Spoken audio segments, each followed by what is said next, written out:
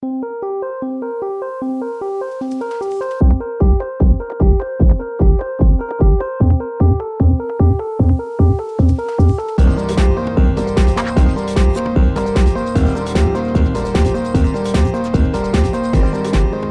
everybody, Dacob here. Welcome to the Fashion Bunker. Very interesting topic today. 10 things not to say or do whilst in a luxury boutique. Now this is granted you are the customer and not the essay, obviously. But before we dive into it, let me just show you another piece of my archive. This is a gorgeous, gorgeous, like a harlequin kind of sweatshirt top. You see, it's all kind of handmade. All of these tassels are interwoven. It's incredible. It's a design team that unfortunately doesn't create anymore. They were called Blitz or just Blitz. Huge fan of them. I have a lot of their archive pieces. And I'm sharing them with you. I hope you like them. This is from the early 2000s. Look how gorgeous this is. Oh my God. To me, stuff like this is museum pieces, you know, brands that don't exist anymore. And I just love to kind of bring them back to life by sharing my love for them with you guys. So here we go. Are you ready? All right, here we go. Number 1, do not ask the essay, when do sales begin? Mind you, we are in a luxury boutique, right? We're not in just any shop. We're in a luxury boutique. Could be Fendi, could be Louis Vuitton, could be Hermes, could be Chanel, could be anything. We do not ask the essay, you know, as the first thing we come in, do you have something on sale? When do sales begin? Don't do that. They're going to hate you for it. Now, all of these tips, I'm giving them to you in regards to how the essay might react bad to you. I'm not saying you shouldn't do this per se. Do whatever you want to do with your time, you know. But I have noticed that by asking these particular things or doing or behaving in this particular way, you might get really nasty essay responses or treatments. Number 2, do not ask the essays while you are looking at a product if they have a second one in the back, an untouched one. This is something you can do and you should do only after you have stated that you will purchase the good.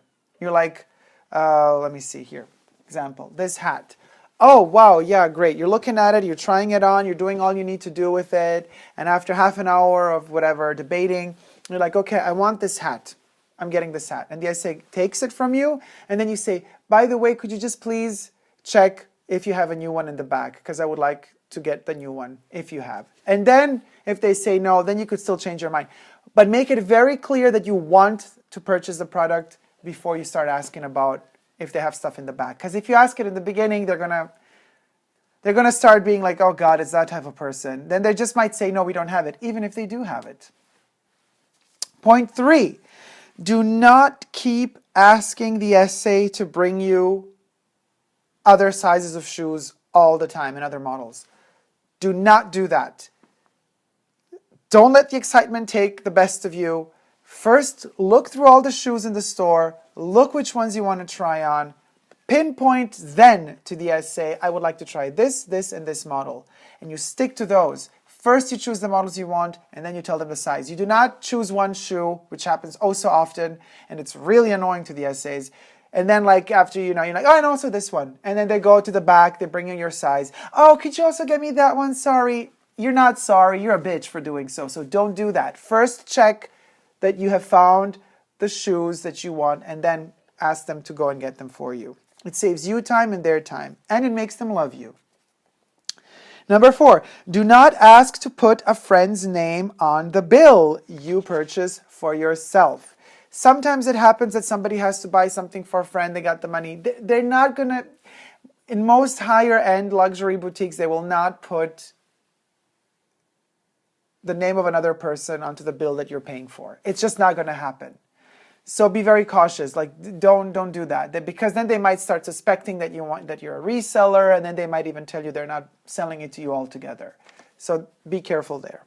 Number 5, this one. Do not ask for drinks if you haven't ever purchased in that store before. if you don't have a purchase history, if you're just coming in for the first time, look at the stuff they have in the store. When an essay is with you, they might ask you if you would like something to drink. Only then you say yes. But don't push it. Don't be like, hi, I'm here to look at some bags. Give me a drink. Well, yeah, let's have that champagne. And, only if you're 1,000,000,000% sure you're going to be buying a bag that day, you're going to be dropping that dough, then can you act that way. But even then, it's rude. So you're in somebody else's home. They are supposed to ask you if you want something to drink. Number 6, never go to another customer's space and never try to snatch other customers' merch from their hands or underneath their noses. Extremely rude. Do not do that. If a customer is there with their own essay and they're working with their essay and they're looking at some products, again, the hat, and it's the only hat in the store maybe, or just the only one in the near proximity, you do not walk to that customer the second they put down the hat and try to take it away. Do not do that. Rude, extremely rude. Be patient. And then connected to point 6 is point 7, which is similar and yet also different. Don't ever try to get somebody else's essay away from them. So if you do not have an essay serving you when you enter the boutique immediately, and you see an essay talking to a customer, do not go there and interrupt them. Rude. Do not interrupt the essay working with another customer. Extremely rude. And it takes them out of their rhythm, it takes them out of whatever they were discussing and talking about, and it just makes them both hate you. Do not do that. Point number 8, never be impatient while waiting for an essay to come to you while you're waiting. So basically, this is in regards to 2 things. If you enter the boutique and there's a huge mess, a lot of people are running around, be a bit patient. Make it clear, maybe to the security guard that's at the door, that you would like to have an essay, and then be patient. You will be served. But don't just jump into the hive and then just try to kind of snatch it up. Same thing goes for patience while you're waiting for an essay to bring you a product. Sometimes they gotta go to the back and it takes time to find the size and everything. Also, sometimes if they're going to look up in their computer system, if another boutique might have the product you're looking for, it might take its time. Be patient. Always be patient in these cases. Number 9, do not purchase if you are not sure you want a product. Now, this does not concern sizes. What I'm trying to say is, if this hat is one size only, you're purchasing it, and then you bring it back the next day, and perhaps you even spent half an hour, 1 hour debating whether or not you want the hat, and then at the end you buy the hat, and then the next day you come back to the store wanting to bring back the hat, and what is your excuse? Your excuse is, I just figured out this is not me. No, that's not how it goes. Exceptions are made for sizings. If you have a hat, if a shoe or something that's the wrong size, and then you figure out at home, oh my God, it's pushing, it's pressing on a certain spot, it's too small. That's legit, that's fine. But do not purchase something if you're not sure that you want that style, that is you or not you. That is extremely lame, and it also shows lack of character, and it also really is bothersome for the essay because returns are never seen well. Not just because it's stressful for them to exchange something for either a voucher, money, or another good, but also because it's not good for their own credit. Not store credit meaning, but just credibility. Because if an essay, if you're bringing something back, it's like, oh, they weren't capable of really discussing it with you the day that they sold it. So it's not a good image, So you will not be seen as a good customer or as a well-behaved customer, if you wish, if you constantly keep doing that, keep returning stuff because, it's not me, so I'm bringing it back. Why did you buy it in the first place? Why did it have to take you 24 hours time to figure it out? Oh, because you needed to talk to your wife, to your husband, to your boyfriend, to your girlfriend, to your mother, to your father, to your brother, to your sister. There's a phone. You could call them from the store. You could sell them a photo. You could send them a photo of the thing. Anything can be done before purchasing it that could avoid you returning it the next day just because you think it's not you. Again, sizing is a different issue. And number 10, last but not least, and this is a really interesting point, and it could be understood in many different ways, or misunderstood or misinterpreted in many different ways. Number 10 is do not ever act up in a boutique. Ever. Don't yell, don't be loud, don't shout, don't look like you just came from I don't know what place, because it's just extremely rude. Your presence should be subtle in the boutique.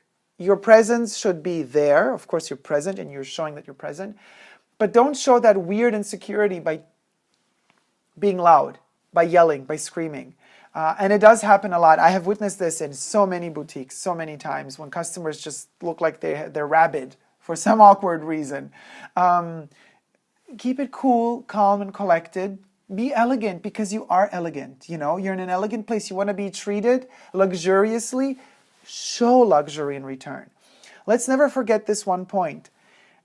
We cannot just expect luxury for our money. We also have to deliver it, because you have to balance things out. Now, by delivering it, I'm not saying that you have to come into a store dressed in $50,000 worth of clothes. You don't have to be dressed in anything but just a t-shirt and pants, whatever.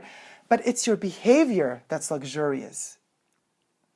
It's the noble, slightly detached behavior of keeping the voice cool, being patient, not snatching other people's stuff, and just, going with the flow. That's very luxurious because that's very elegant.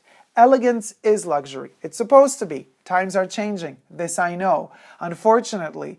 But still, we can still battle it out and fight for real luxury to prevail, which has to do with elegance and noble gestures and just behaving in a certain way. And this has nothing to do with education, people. This has simply to do with the fact that I always say, don't expect anything from somebody that you wouldn't give to them. Think about that. Thank you so much for watching. I hope you liked this video. If you did, do thumb it up, please, and leave me comments in the comment section below. Don't forget to subscribe to my channel here on YouTube. I am also on Instagram, Facebook, and Twitter. Thank you guys so much for watching again.